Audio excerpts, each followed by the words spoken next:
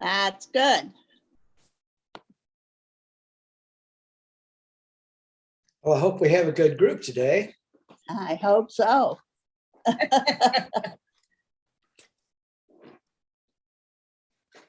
Oh, Okay. Let's see.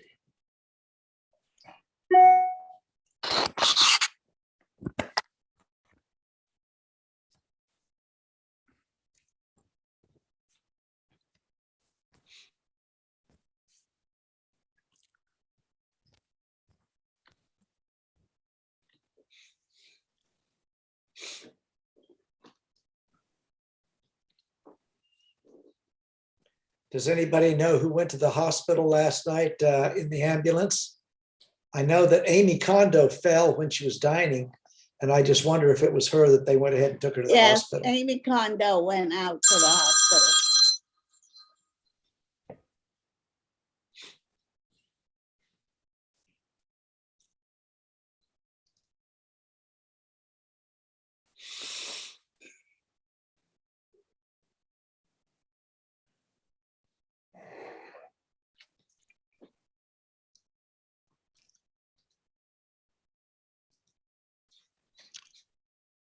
Okay.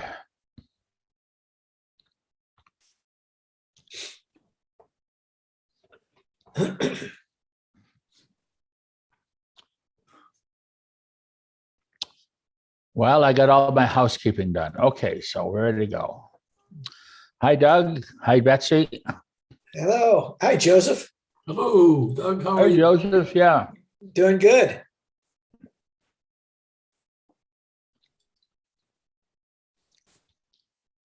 I got all kinds of weird stuff to talk about today. We'll see how much we can get in before we run out of time. So let's see what I'm going to do here. I'm going to, let's see. I got to get all my stuff to organize. You wouldn't believe how many screens you got to deal with to do this job, and keep them organized. I always need some kind of a technical director, whatever they have on TV where I have all these screens in front of them. So Do you use more than one screen at your desk? I probably should, but I don't. You know, I have all this organized, and it's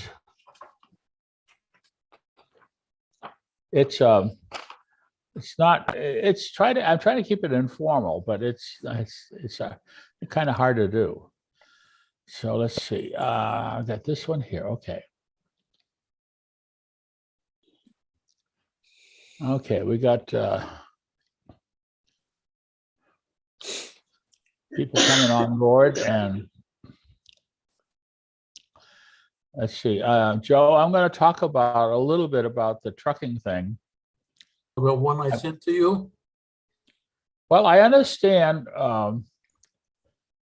the trucks can't help the terminals because they're running around trying to find a place to park. Yeah, we're talking about Because the domestic trucks now. Yeah. And there's no place in the terminals for except the trucks because they're so congested with the containers. No, wait. The thing what I sent to you is the truck stops across the country.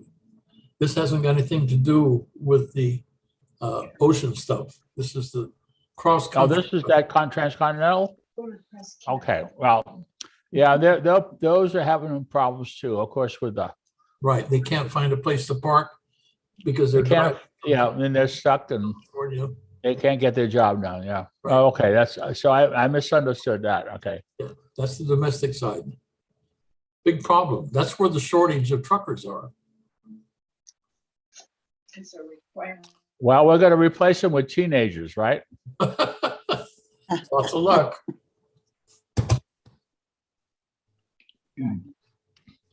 And they're gonna solve the problem because they're gonna get on their TikTok and show all the pretty videos of all the people they just ran over. Oh, whatever. This is a crazy world. It is. Let's see. I have a lot of fun stuff to show, but I have a lot of serious stuff to show too. So I don't know how I'm going to get through all this tonight. It's I'm not used to being a media programmer where you have to say, I got so much time and I got all this stuff to stuff into it and so forth. Mhm. But I guess I can talk right now. We got a few folks here. It's going to be an exciting weekend here in Anaheim with the Rams and 49ers playing for the Super Bowl playoff. And well, not Anaheim, but it's in LA. They're going to now check out this whole new SoFi Stadium and see how much noise they can make and fun they can have and all kinds of other stuff. I heard that in order to make it decent, they had to move, a whole bunch of homeless camps in Englewood, and now they're having protests from all the activists. It says, you can't do that just because of all these rich white guys want to come in and watch football. But yeah, whatever. No, it's crazy. It's we can't win one way or another, but it's going to be a good game. The Rams have had surprising talent and luck in their results, but they haven't been able to win over the 49ers. And so I'm not sure how this thing is going to get out. I'm not sure if we're going to have any little side bets here at Walnut or how that's going to come out. But whoever wins this game on Sunday becomes the Super Bowl contender to deal with the Bengals and Kansas City winner. And it's probably going to be Kansas City. They got to way overpower the Bengals. And I don't know if you guys want to disagree with me or not, but that's the way I see it. All righty. So let's see. We got about a quorum here now, so we get started. I am now enjoying the wonderful snow on the San Gabriel's behind me, and I'm still using my background of the San Gabriel's because it's such a wonderful picture. And I enjoy it when I get up in the morning and go out and pedal on my exercise bike, and I can still see just over the top of the neighborhood on the north, the San Gabriel's, and they still have a little bit of snow, and it's starting to go up higher, so it's running out of stuff. And it's such a wonderful experience to say, wonderful, hey, California is such a beautiful place. That's why we're so overcrowded and overpriced and everything else, but it's still wonderful if you can, live here and enjoy it. So that led me into, well, how is everything else going here? Well, this is the time. We've been sort of pushed back and locked in and everything else is. So this is a good time of the year while we have nice weather and wonderful breezes and fresh air to get out and go for a walk, go for a drive, keep safe, don't go off into other weird places, but enjoy the experience that we have that's unique to our environment where we live. And it's not made possible in contrast with what I was talking to my brother, who lives back in New Massachusetts, and he said, "Oh, Bob, you have it so nice out there. We're looking for a crazy, crazy storm coming this weekend. The weather people have called it a bomb cyclone, and it's going to turn into a blizzard this weekend." Now, we had a bomb cyclone come in to Oregon 2 or 3 months ago, and it created all this rain and everything else, if you guys remember that. So I says, "Well, what is that really going to mean to you?" And he says, "Well, I went and I'm going to take a look at the I gotta get out of here. I'm heading ahead of myself here.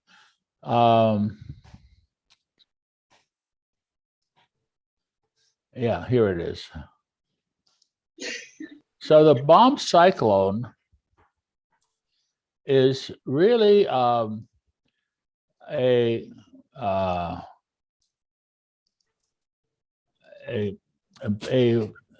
rather odd way of let's see, what am I doing here? Yeah, I think this is it. Here it is. Can you see this now? This is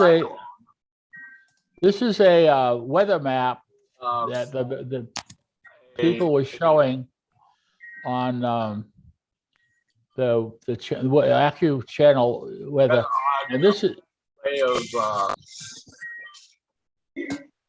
what am I doing here? Yeah, I think this is it. And so we were looking at it, and this is. Can you see this? This is a weather map. Someone has. Wait. Someone has the Accu channel weather, and this is. Just a minute here. I'm having somebody has their. So we were looking at it, and this is. Can you see this? This is a weather map. Someone has. I'm going to have to mute everybody because someone has the feedback created by their watching their own TV. So I'm going to have to mute you until I figure out who that is. So in the meantime, I'm going to go back and try to show you this storm.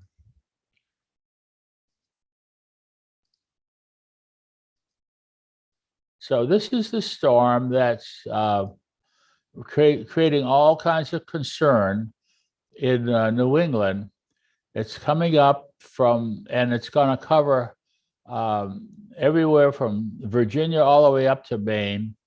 And it's going to hit right over. Here's a little Boston, Connecticut, and Rhode Island. And this is the very quick view of the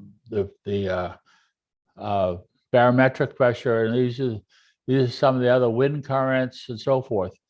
So this is the snowfall they're expecting out of this storm Friday and Saturday night. And you can see that it's in the Boston area. This is that purple area, and it's 24 to 36 inches of snow. Now that's not just a mild little storm. That's a big one. So come Saturday night, it's going to turn into blizzard conditions from Maine all the way down to Virginia, all over this whole coast. Whiteouts, blowing, drifting, outages, and road closures.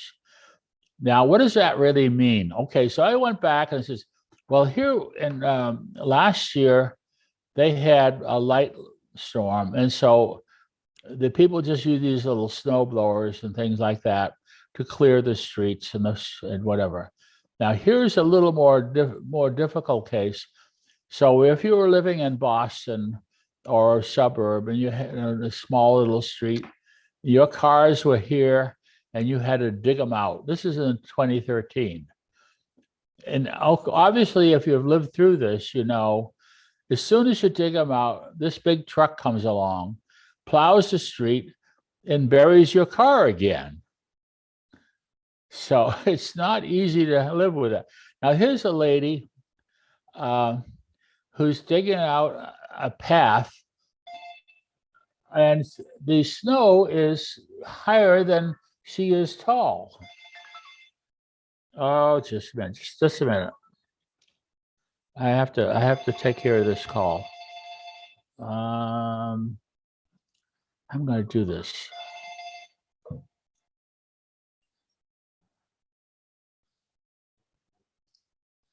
Just a minute.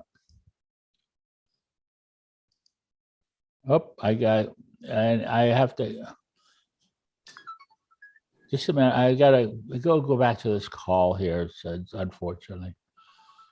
Oh, Just yeah, mute stop yourself. sharing. I know. It's my problem is I can't.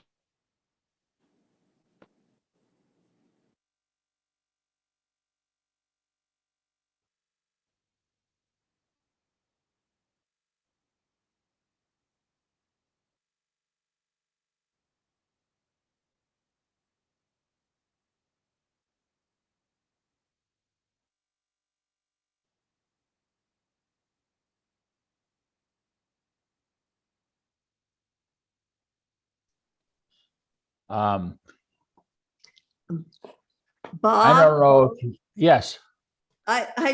this reminds me of the winter of 2015-16. We had, Mac and I were still in Virginia, and we had a 32-inch snow. And he says, I suggest you get in touch with Meredith and tell her she needs to find us a really nice apartment before next winter, because I'm not going to live here next winter. Yeah, well, that's what this is all about. I remember that, Patty. Oh, wait a minute, Scott. I got all kinds of things bunking up here. I'm having overload here.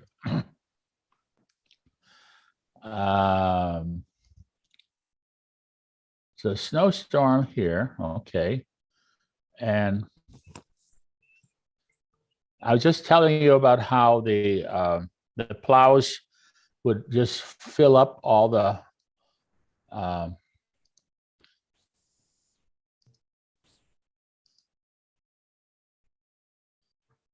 okay, and We couldn't get our front door or our back door open. yeah, that's. Let's see what's going on here. What am I? I'm in the desktop. So, okay, here's the plows. Okay, so here's this poor. This is where I lost. The poor lady is trying to shovel snow, and it's above her head. And here's a poor guy with a snow blower, and he's trying to, clear his driveway. That's not what we're seeing, Bob. What's that? We're seeing a map, two portions of two maps. Okay, well then I don't know what's going on here. Let me get out of this whole thing and try to clean up. I have too many open things, and gee.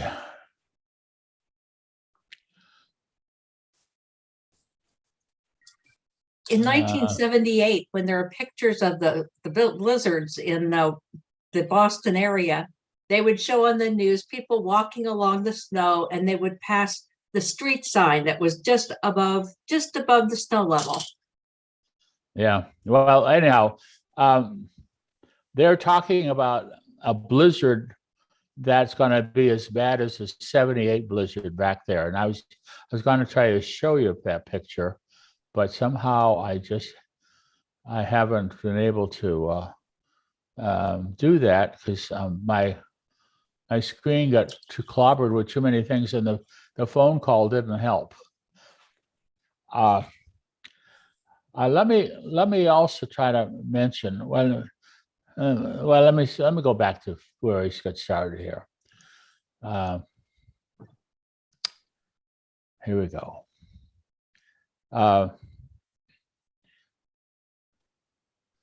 So anyhow, the people back east are going to have a real problem, and it's not going to be fun because there's not going to be any traveling that's available. All the airports are going to be shut down, and everything else. It's going to be really a bad thing for 2 or 3 days. And just like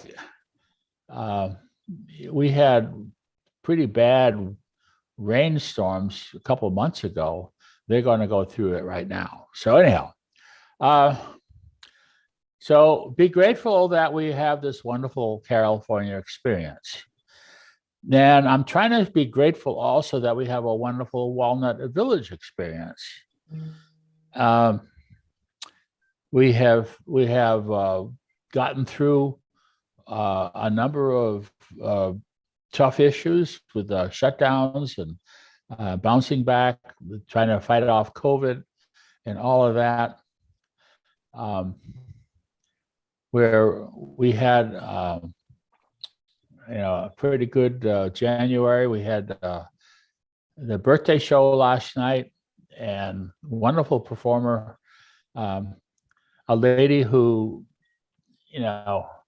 I'm not too sure how many other people could ever do all of that stuff. Really a good performer, and very impressive, a lot of energy. And we had right after that a wonderful dinner. It was filet mignon and shrimp and everything. Oh, that was such a wonderful dinner. I don't know if that was planned as part of the show, but it sort of made the whole day. And I thank you, Kim, and all the kitchen staff for putting on such a wonderful dinner. Now, the other side of the news. Today, I called in and tried to get a 5 o'clock community table, and they said, "Sorry, the kitchen is full. I mean, the grower is full. You can't eat tonight." I said, "What?" Well, they have too many staff shortages that they had to limit the number of people eating at 80.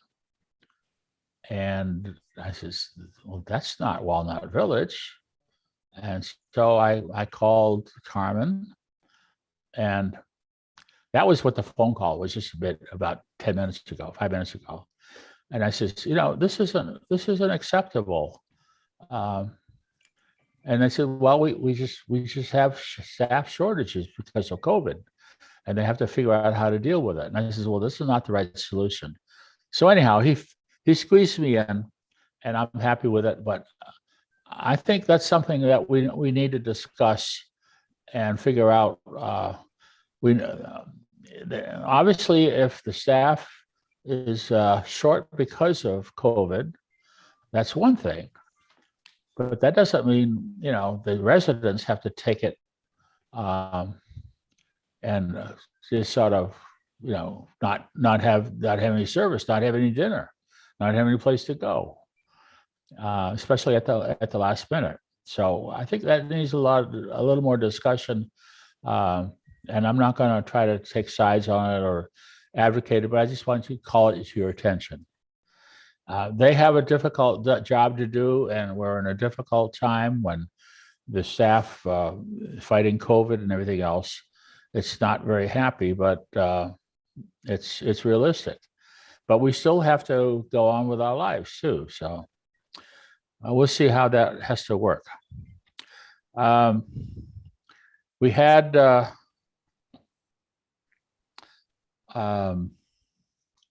let's see.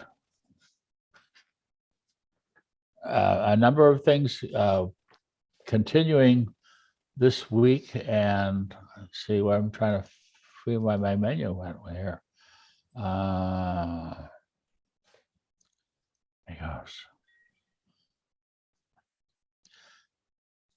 So we we had a nice dinner and all that, but that doesn't, cover it for the rest of the month and so forth. So we need to really figure out what's going to happen going forward. And if you read your mail, we have coming up a meeting with Front Porch because they're going to be increasing the rates again this year. It's not going to be an easy one. This is going above 5% for the first time in many years. And it's 5.5% increase this year, and they're explaining it as a basis because of inflation, and inflation is very real, and it's caused by a lot of different things happening in the country as the country goes through COVID and all kinds of other evolutionary things. But we need to participate in this discussion, and I guess there'll be a meeting in the next month or so when the Front Porch people come out here and try to identify what's going on with that. So why don't I shut up for a minute and let Nadine try to bail me out of this one. What do you have to say, Nadine? I don't know if I can bail you out of this one.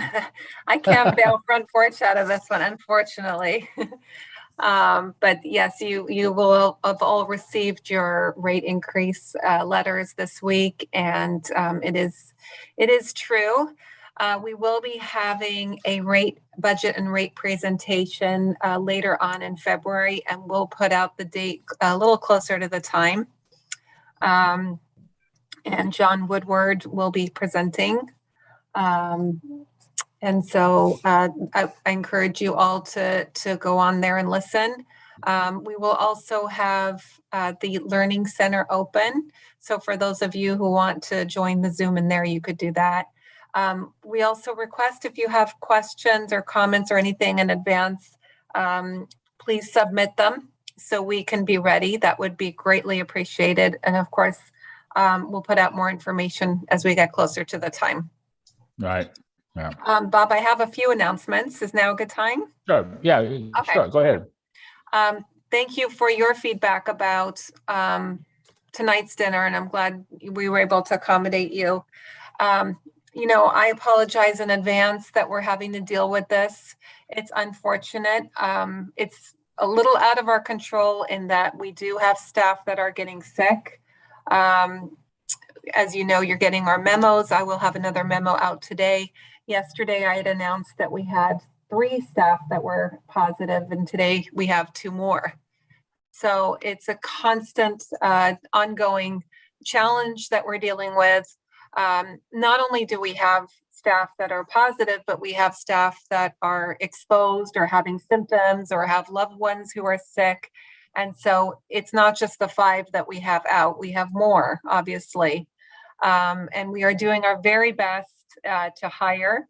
We do have an open position, a server open position, and we have 3 cooks that we're needing to fill. So it's been a challenge, but I do appreciate your patience. I'm open to suggestions. I always love hearing what you guys have to say and the feedback that you give us. You have great ideas. So I hear you, and I encourage you to speak up if you have suggestions in regards to that. But we're doing our very best to accommodate all of you in the dining room. We want you to come down and eat. So that's why you moved in here, to be social. So we will do our very best and hope these cases will clear and our staff will get better very quickly and return. On that note, so we have 5 positive staff and 4 residents that are positive based on this week's testing. I want to give you an update on our executive assistant position. So we did have a serious candidate. It was actually the first candidate that we interviewed, and we said, we'll continue interviewing because you don't pick your first candidate.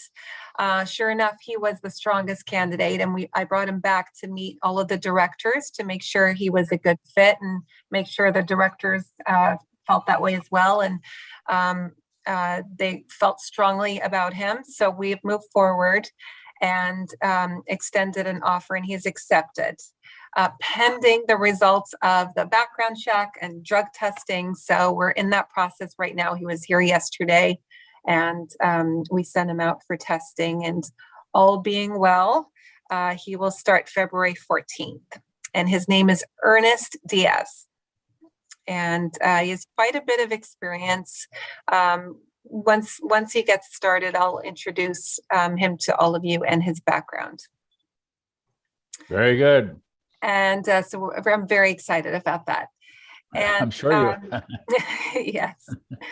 But in the meantime, I want to thank our fabulous directors and staff here at Walnut Village. I am so lucky and to have such a great team. Everyone has picked up pieces of either something they need to do in their department, or just helped out in ways that, things that Teresa was responsible for. We have all taken on additional duties. And so I'm really, really grateful to this team. Changes in our sales and marketing department. Meredith is on the call.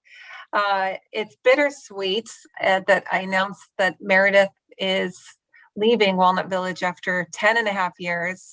Oh, Meredith, as you know, has just done an amazing job here. She's really been focused on sales, and I can't thank her enough. She's just been an asset to our team, and I'm really sad that she's leaving, personally and professionally, for me and for Walnut Village. But I'm very excited for her, and I'll let her talk a little bit more about what she's going to be doing. And her subject line to me when she sent me her resignation notice was, "Don't worry, I'm not going to the competition." that's good. Yes, I did that on purpose so that you wouldn't instantly panic. So I'm glad that worked. Thank you. Yeah, I've decided that it's time for a change in my life, and I'm shaking things up completely, and I am switching industries 100%. I will be working for myself, being self-employed, working from home. I'm jumping into the financial services, annuities, long-term care, insurance realm, where I will be an independent broker and able to work with lots of different companies and products to help people. So it's a very steep learning curve. I'm terrified, but I'm excited. After everything I've been through the last couple of years, which pretty much all of you know about, I'm just happy to finally be at a point where I have hope for the future, and I'm ready to just jump into life again and make some changes and embrace new stuff. And this is the biggest step I've had to take in a really long time. So I'm going to definitely miss my Walnut Village family. There has been lots of tears, and there will still be lots of tears, but I'm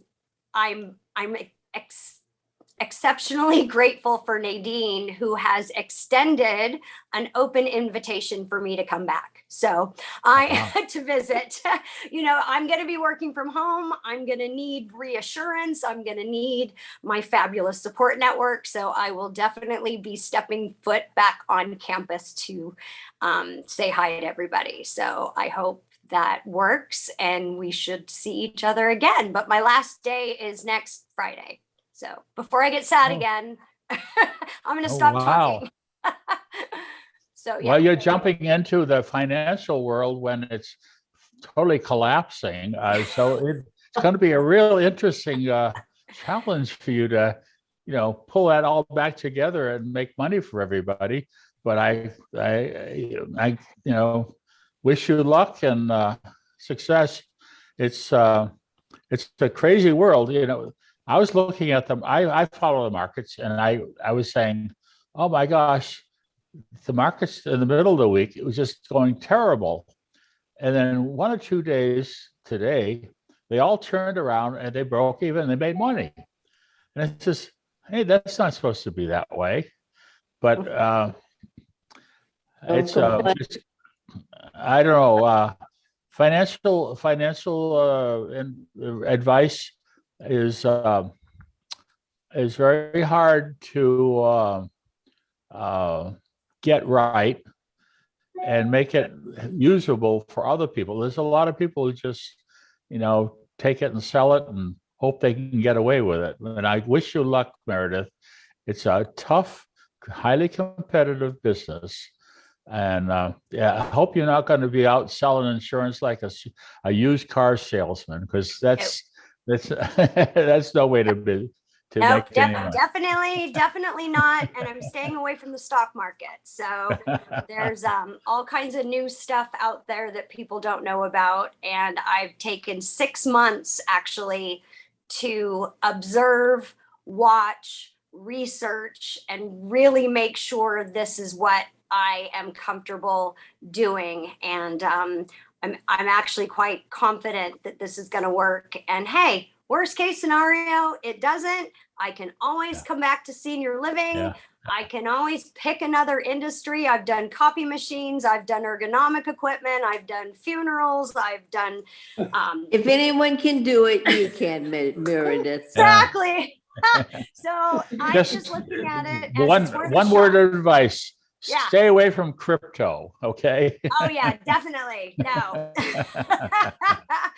So All anyway, right. this just Oh thanks well, for all your we're gonna miss you guys. I know. Yeah. I know. Yeah. I know. It's oh wow. Well, we got a lot of news today here. So anyhow, Bob, Yes. I'd like to make a suggestion to Nadine. When you put the notice out about the current COVID cases in staff and in residents, it would be useful information to know when you say that there were, in the notice that came out yesterday, that there were 3 staff and 4 residents who have COVID. How many of those are those who were already tested and reported last week, but are still in a quarantine? And how many of those are new cases? yeah. So you're No. saying, so the memo that I put out yesterday does indicate what we have, the new cases that we have, and then in addition to the total cases. And then if you look down in the text, it'll tell you that total. It'll add up the new cases plus the current cases. But I don't announce the how many cases we've had since the beginning of the pandemic. No, I don't mean that. What I meant was, unless I misread the article, it said that there were 3 staff and 4 residents. And I wasn't sure if all 4 of those were new cases that hadn't been reported yet, or if some of them were some of the ones reported last week who were still in quarantine. Yeah. And then some Continuing. addition. Yeah. Right. Yeah. Right. And Patty, I just, It did say there were 3 new ones and 1 continuing. okay, Yeah. I misread it then. No, it's okay, Patty. It says that here at the top, these are the numbers. Okay, It says the new and then the current. But then here in the paragraph, yeah, total it for you. okay, all Yeah, I right. know it can Thank be you. confusing. I tried to change this and it wasn't received well. So I went back to this format. And I think it's working, but please feel free to ask questions. Bob, I don't want to take up too much more time. I just want to have another minute or so just to finish up my announcements. So with that being said, we do have an ad already out for the position. And then we are also bringing in an assistant to the department. And I like to promote from within when possible, because we just have really great, talented staff here. It's always good to do that for the morale. And so Liz Ordaz has expressed interest in, thank you, in the role, in the assistant position in sales and Okay. marketing. And so we've extended an offer to her, and she's very excited. She wants to move up. She wants to learn, and she's excited to take on this new role. And she's done a good job. She's helped us with other administrative duties. So she's very professional, and we'd like to give her that opportunity. So as soon as we fill the receptionist role, Liz will move in to sales and marketing as the assistant. And then Marina will be the manager. Marina's the manager, and we are hiring for a director. We have a lot of resumes coming in, but we also have an internal candidate in the company that we're looking at very closely, considering. So I will update you more when I have more information on that. And next week, we're going to be celebrating our staff after 365 days of no workers' comp claims. That's a really big deal for us at Walnut Village and for the company. That's a lot of money saved. So we're very excited. We're going to be having a taco lunch. We have a vendor coming in to make the staff tacos, and we'll be using your dining room. Thank you very much for lunch, but it will be ready for dinner.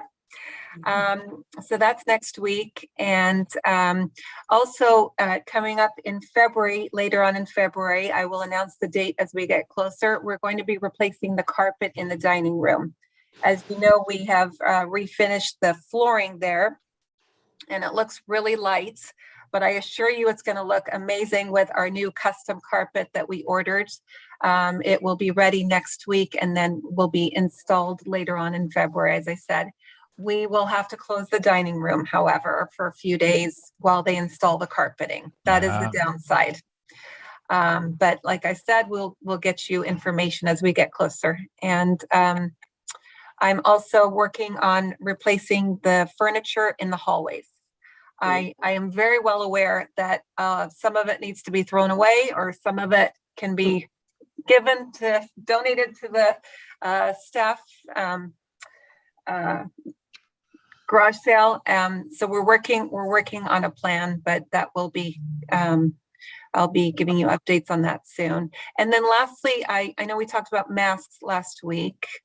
There has been an announcement. I guess the federal government is giving away free masks to everybody. I will put that link in the memo today. You'll have that link there. We are working with our pharmacy to see if we can get masks for our residents, KN95 masks. But in the meantime, I have looked at our masks, what we have here, and we're able to give every resident a KN95 mask. And so we will be giving you all a free KN95 mask on Tuesday when you come down for COVID testing as a start. And then hopefully you'll get 3 more free masks through the pharmacy. Fingers crossed we can make that work. But we can do that in the meantime. Good. Okay, thank you. You're welcome. Any news about the visitor testing expiring on February 7th? I haven't received any notices about that, so I'm hoping that we're still on plan, that February 7th would be the last day. What I can tell you that we did get a memo from the state about is our employees are required to have their booster by February 1st, and they just extended that to March 1st.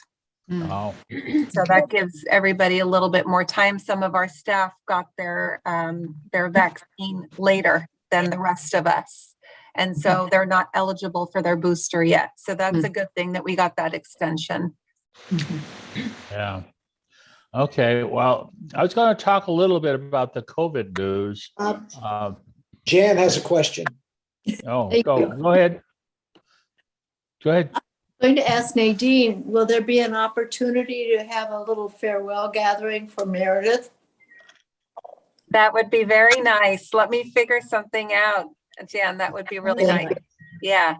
I know we're doing something as a team for her next Wednesday, but that would be really a nice opportunity for residents to do something. Yeah. Good. Yeah. Yes, we have a winter happy hour on Wednesday, and they're gonna, It isn't canceled. what? No, this is a, Judy, and, see, I'm trying to figure out what happened. There was another thing, I can't find my, but anyhow, Judy they has a talk, question. I have a question. all right, go ahead. This is for Nadine. The form that I got, which I don't think you can see, but it's very different looking than the one you were showing. Mine does not show a breakout of the people, and I'm wondering, were there two different versions of the handout yesterday? This No. is dated January 27th. No, I only sent one out. It should be It- the same. And mine says only that we have 3 staff members and 4 residents that are positive. It doesn't show how they separate out. And I had the same question Patty did. Were there 3 people from last week or 1 person from last week and 3 new ones, or vice versa? We kind of try to keep track of who we've been with, and we know that one person who's recently been positive was sitting amongst a whole bunch of us, and we're a little concerned. So some of you are getting calls from me about contact tracing. I see some of you that I know I've called. We're relying on the residents and the staff. I do ask the staff as well, the dining staff who residents ate with. So we're relying on, when we call residents, to give us, names of residents that they have been in close contact with. Close contact meaning less than 6 feet without a mask for more than 15 minutes. Yeah, that's what this was. Yeah, so if you've received a call from me, and as I said, some of you have received calls from me, you know that you've been exposed. In regards to this, Judy, I'd love to see what you have there. I don't want to have you walk down unnecessarily, but I would love to see what you have, because, Okay. yeah. Okay. I have the same thing as Judy does. Okay. I do All too. right. Yeah. Well, Yeah, just, so I we- just, We have 3, so we have 3 new residents this week and 1 resident that has continued from last week. So it's every week, it's constantly changing, because we have residents that will have cleared, residents and staff that will have cleared, and then we'll have new cases as well. When Good. George was at Town and Country, it was much easier to understand what caseload, how many cases they had, because they only had one number. We knew that they all timed out after a particular period, but at the end, and that after he left last week, it was over 40 staff members who were sick, that had become sick at one time or another, and that's a significant number to me. It tells you something about what's happening in the community, in Orange County. And I think we were pretty close too. well, Yeah, I mean, I'm happy to share that data with you. I don't put that on the memo, how many cases that we've had since the beginning, but it's not a secret. I'm more than happy to share that information with you guys. I keep a spreadsheet of everybody who has tested positive. So it's an ongoing Excel spreadsheet. Nadine, I have, Nadine? go ahead. I have the same sheet that Judy has. Mine has no listing of current, of the breakout that you said. It goes Okay. to Walnut Village residents and from you regarding community update, and then it says dear residents. And then there's nothing that's broken out like you were talking Yeah, about. right, it's just, There's four residents. 3 and 4, yeah. Okay, I see. Nadine, may I say something? Yes. Possibly you're thinking about the emergency notification email you sent out. Yes. I don't remember what that said, but it might be different. Okay. It is. It is the regroup, Judy. I know you get the regroup. Right. Is different than the memo to all of you. It looks different than what I put out. I sent out to all of the residents. Yes, the regroup had a breakdown. Yeah. Okay. And Nadine, this is the first time that the regroup memo didn't match what we were sent. In the past, they've always been the same. Mhm. Okay. I mean, I've only been getting it a few weeks, but I noticed that it was different this time and I wondered why. Yeah. Well, it sounds like you need some help, Nadine. Well, thank you. I appreciate that. You all know that we have an open position here, so we are doing our best. I want to communicate with you very clearly. That's very important to me. But okay, thank you for letting me know. Okay, well, I was, One last word, and that is that I've tried several different types of masks, but the one that was recommended by the CDC really is very good. It's the one by Kimberly, the Kleenex company. And its bands that you hold the mask on your head are so soft, but they're totally strong. They're very nice.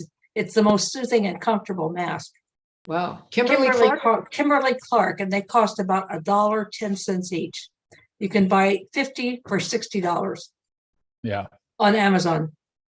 That All includes righty. tax.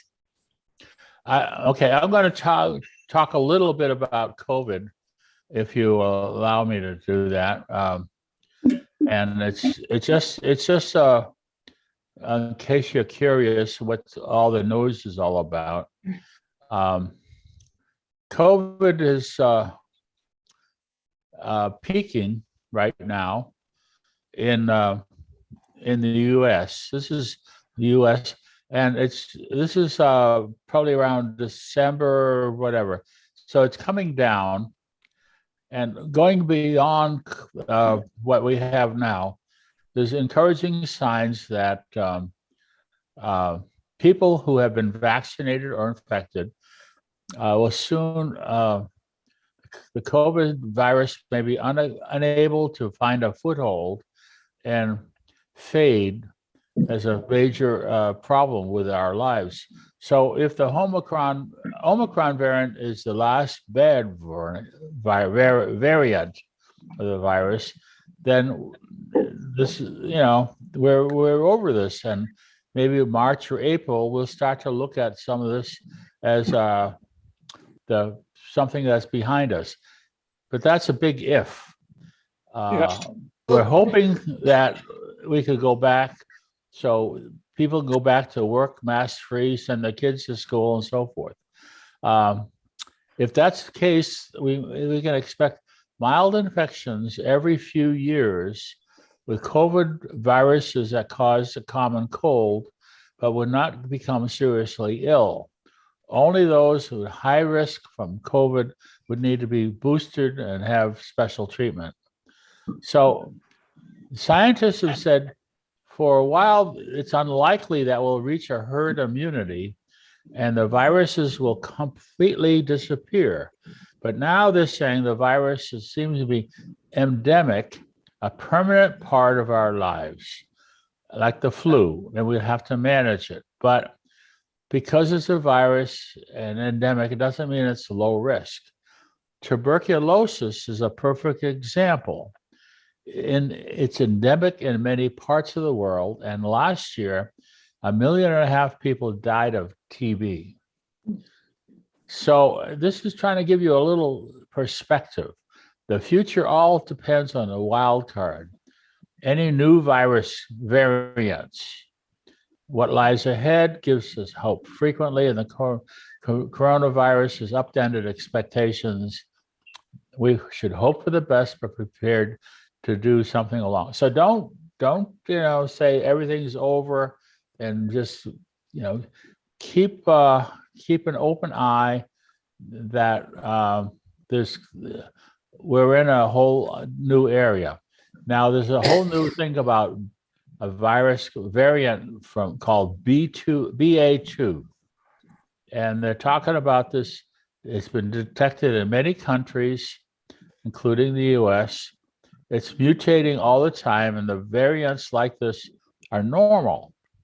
The vast majority of variants aren't cause for worry. The WHO has not designated as a variant of concern, which was that it's going to make you really more dangerous, but they don't know a lot about it yet. They're still studying it to figure out what's it's going to mean. So it goes back to this thing about here, what lies ahead. Is this B2 a little bounce, or is there a major change in the world? This Bob, place yeah.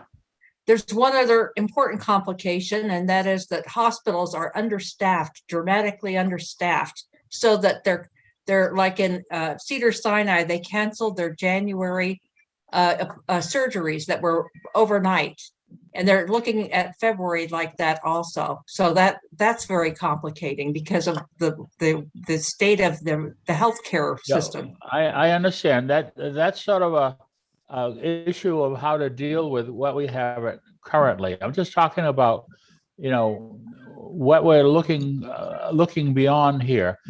So if we can expect to be things getting better, and these folks here in Denmark said it could be 1.5 or more times infectious, but they said the initial analysis said the variant did not cause more hospitalizations. So that's good news. The news is that the country's current wave could extend further into another month or two. So it's hard to say that we are over this. We have to keep our eyes and ears alert because things are going to bounce around from different parts of the world, and we could get another variant. But so far, they're expecting that the variants are not going to be as more deadly. They may be more infectious, and we could catch them more easily. But maybe that's a good thing because then we get exposure and develop the antibodies and so forth. So I'm just trying to pass on whatever. What do you expect? Is it going to be better or worse? Who knows from a year, a half a year from now. Doug has a question. Who's that? Doug. Oh, Doug. Yes, go ahead, Doug. Bob, on the news yesterday, there was a episode about research that's being done at Duke University, and this is dealing with viruses in general. And since 2003, they have been working with viruses, and they have found an antibody that was determined and largely put the SARS virus where it was very manageable. And it will take about 2 to 3 more years, they think, and they're finding that they can attach this antibody to the protein stems of these virus germs. And when they do that, it renders that virus unable to replicate itself.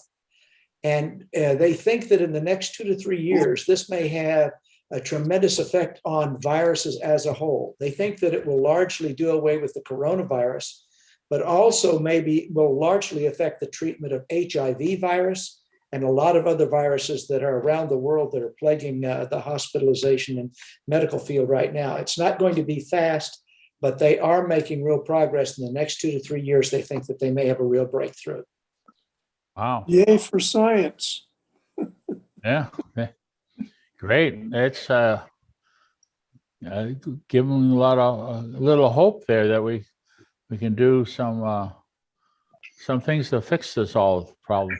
Let's see, I want to go back to, let's see. I was going to talk about some of the memories of the 50s. And this goes back to some videos that Ken and Jan sent me. And let's see if I can share this thing.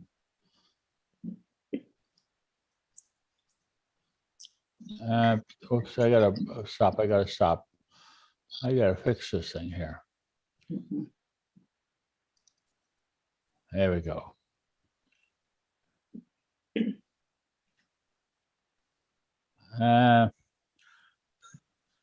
I really need another navigator here to help me. All righty, here we go.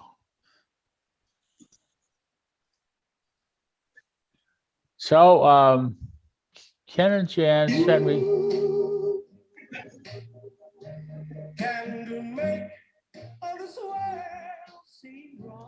So all the problems we have today, we can look back several years, the 1950s, and enjoy all these wonderful things.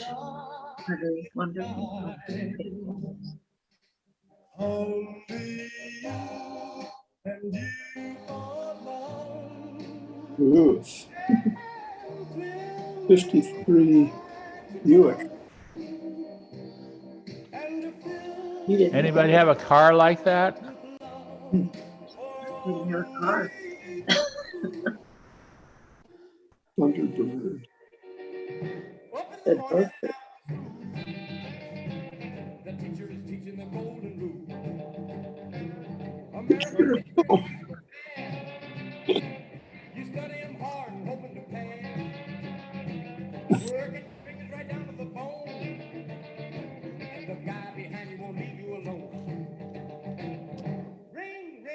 Card catalog.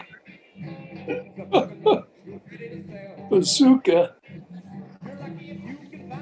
Raleigh bicycles, yeah. Yeah. Not swing.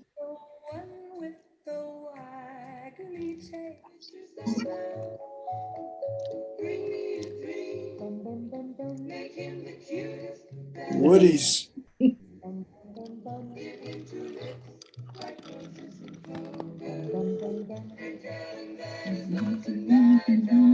Percolators. I still have that one. You still make your coffee that way? Yes. I don't make coffee anymore.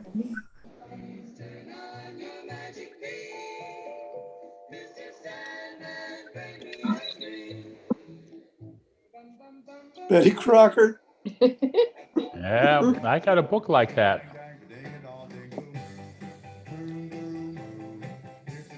Milmac.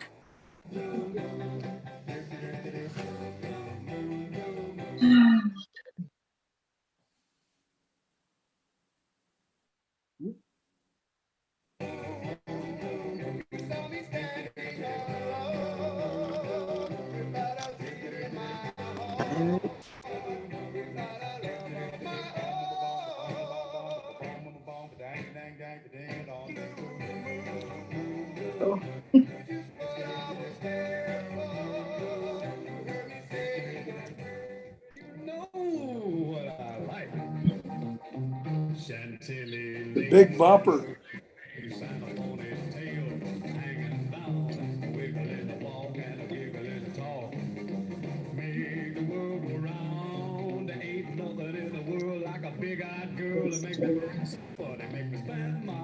Of course.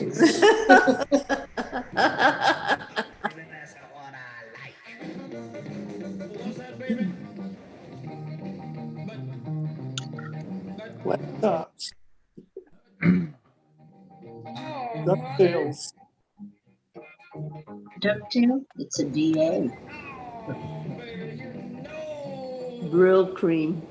Dippity doo.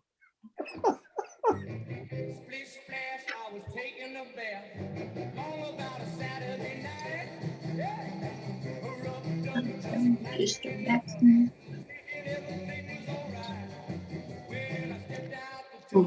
Poodles. Salt. Salt.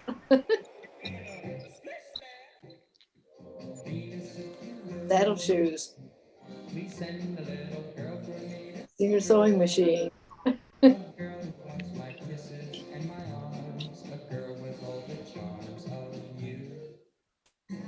Aprons.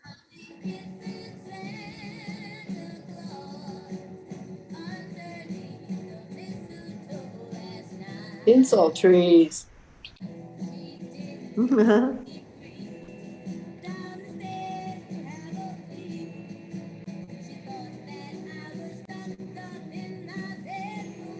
Roy Rogers. Roy Yeah, Rogers. there you go.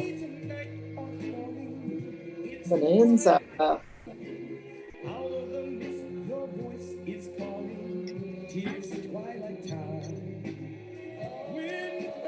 All the TVs, wow.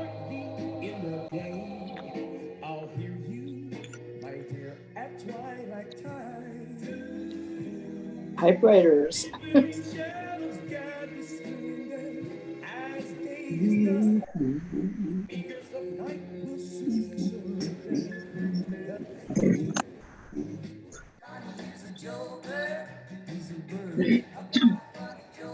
They made it offer Yeah, to Ernest. photographs. They made an offer to Ernest.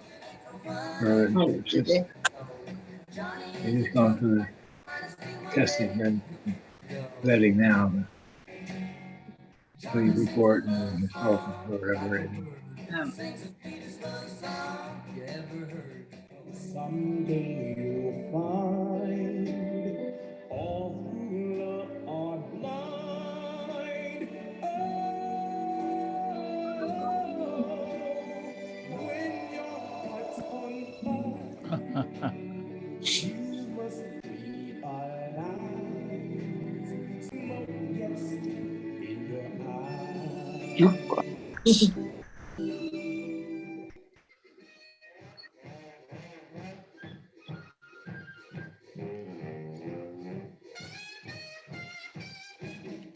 Woolworth. Mhm.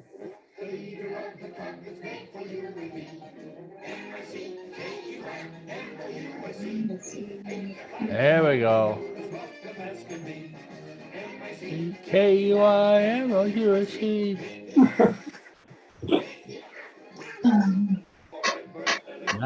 1955. Yeah. Here's the e-ticket. Yeah, Yeah, that was something else, wasn't it? that was. I just forwarded that because I thought it was fun filler. Thank It you. was. I don't- But I'm going to do one up on you. Okay, now I have this one other that I got, and this is Now you're on. this is a film that's going to make you maybe tear jerk a little, but we'll see how it goes. It is from the 50s also. And this is our final presentation.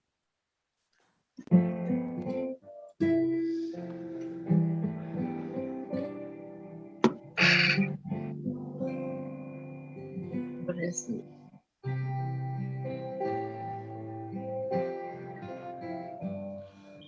Once there was a neighborhood street. Chevy. Handlebars, Old Plymouth. Anybody recognize this kind of neighborhood? What is it? Oh, yeah. Once upon a long time ago, if only I could go back again to mom and dad and all of my friends, I would feel safe with the people I know from once upon A&W. I'll never fly off to Neverland. I'll never travel in time. All I can do is the best I can. Bel Air. my mind. So I close my eyes, imagine I'm there, hide and seek musical chairs, hot summer nights. 15 cents. 15 cents, yeah. From once upon a long time ago. 10 cents. I smile as I look back. A&P. Roads I've crossed, traveling down memory lane. But without all of those that I loved and lost, life is not the same. For all the good times I can recall, to all I've loved, God bless you all. Watermelon. Happiest moments that I'll ever know were once upon Oh, yeah. a time ago.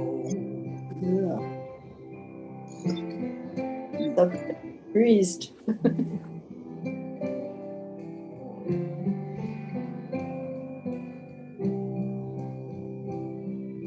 Once upon a time, once upon a time, once upon a long time. Wasn't that nice? That was nice. Thank you, Bob. Yeah. It sort of makes you say, you know, we had wonderful times behind us, so there must be good times ahead of us too. So anyhow, I'm glad you joined us. I try to get more people from the new residents to join us tonight. I hope they will come forward so they can participate with us, but we'll see how that goes. So have a good weekend. Don't forget to watch the Rams and root for them this weekend. And we'll see you next week.